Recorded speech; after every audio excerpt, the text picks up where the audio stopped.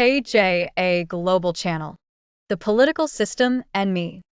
Series 4. The Political System Across Every Sector of Society. Episode 53. Culture and National Memory. Arts, Identity, and the National Story. A nation is not governed only by laws. A nation is also governed by stories. Some stories are written in constitutions and court rulings. Some are written in classrooms and newspapers. Some are written in songs, poems, paintings, films, and prayers. Some are written in the silence of trauma, where people learn to hide truth in order to survive. Culture is the place where politics becomes personal. And memory is not only history. Memory is power. That is why dictatorships do not only control armies and money. They also try to control narratives. This is where our question begins. How do arts, language, education, memorials, media, and cultural institutions shape belonging, memory, pluralism, and the national story? The mechanism is already present in ordinary decisions, even when politics appears distant.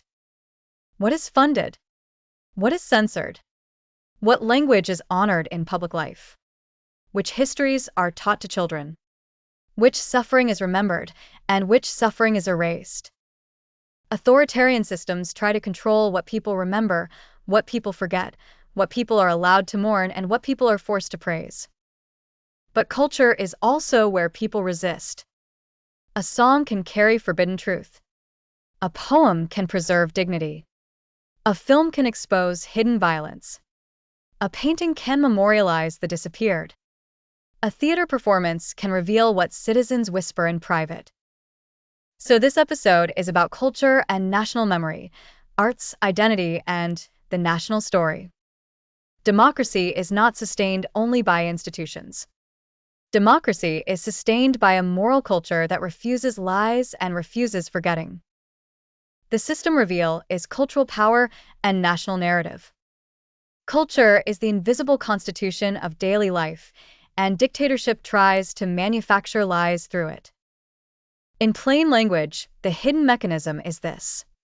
Whoever shapes public meaning shapes political possibility. Arts can become resistance that slips past censorship.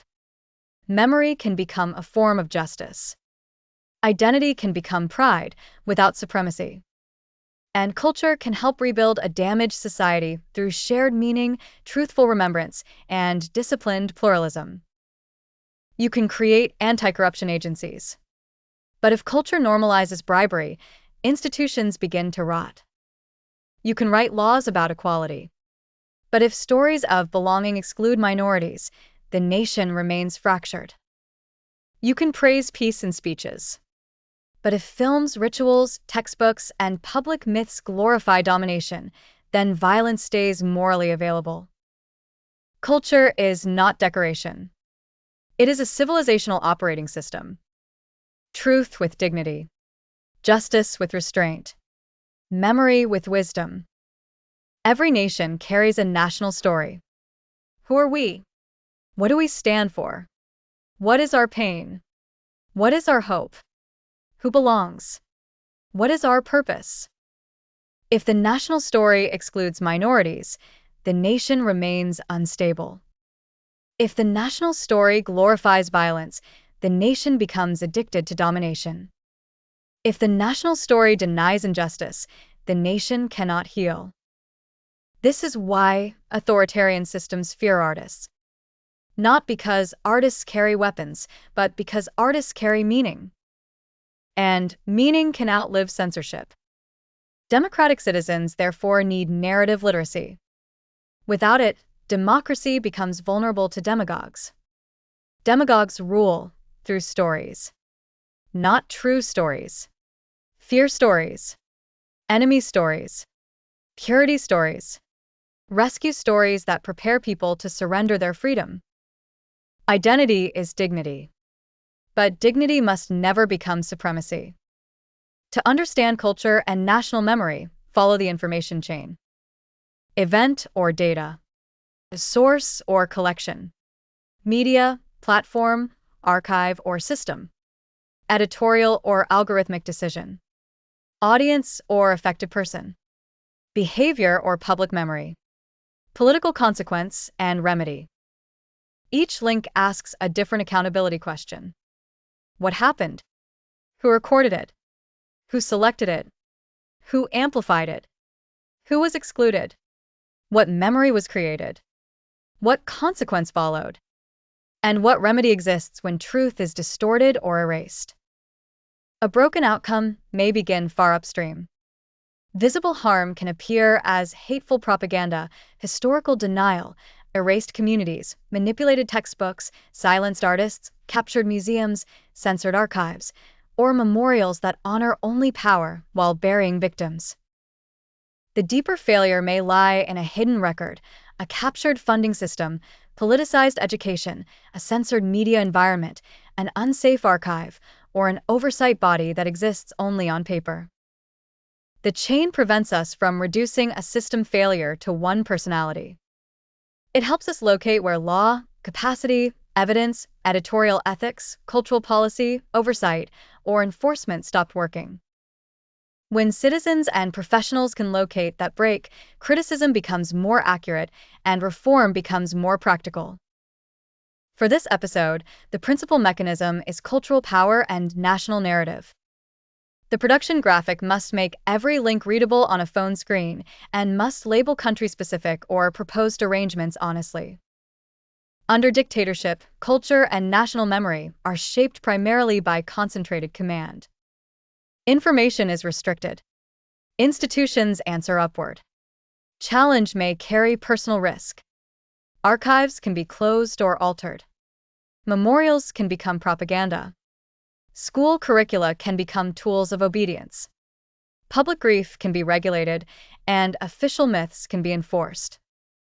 In a fragile democracy, formal freedoms may exist while patronage, unequal capacity, corruption, politicization, or weak enforcement make protection inconsistent. Artists may be legally free but economically vulnerable. Memory institutions may open but lack protection. Textbooks may improve while old prejudices remain culturally powerful. In a functioning federal democracy, authority is constitutionally distributed, common rights remain enforceable, and more than one institution can question, review, or correct harmful power. Diverse communities can contribute to the national story without being forced into silence or sameness. Culture becomes a shared space of belonging without domination. Elections or federal language do not substitute for functioning safeguards. The viewer should compare who decides, how authority was obtained, whether records are public, whether affected people participate, and whether institutions that convert memory into non-repetition are available in practice.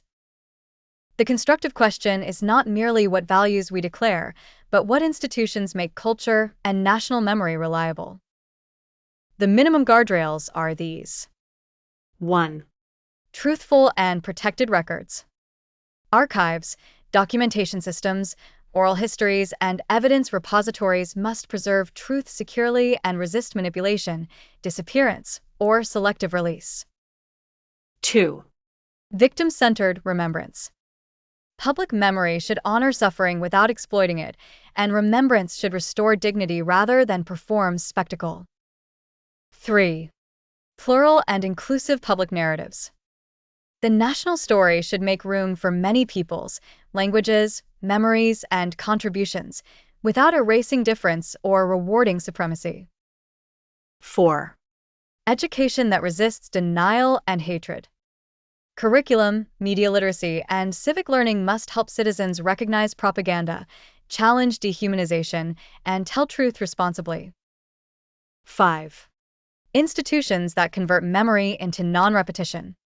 Memorialization must connect with reform, accountability, public education, and safeguards that reduce the chance of recurrence.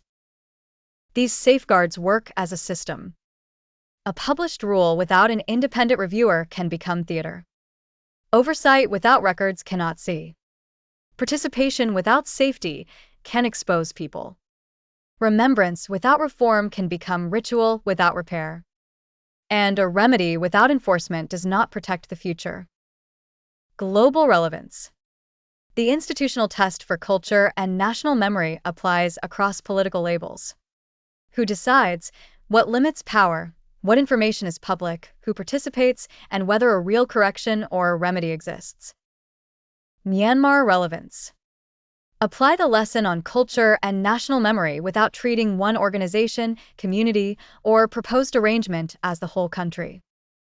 Separate existing law and institutions from interim or aspirational designs, and distinguish remembrance from ownership of the national story.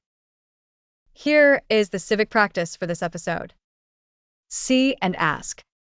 Ask what national story your culture currently tells and whom it includes, excludes, honors, or silences. Verify.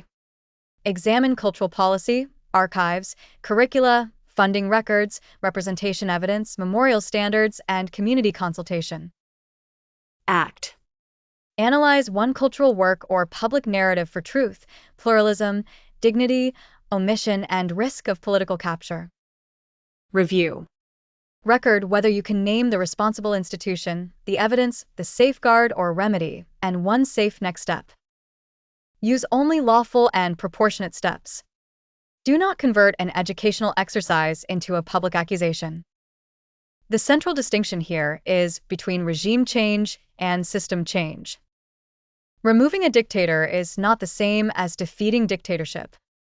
Replacing faces is not the same as rebuilding structure.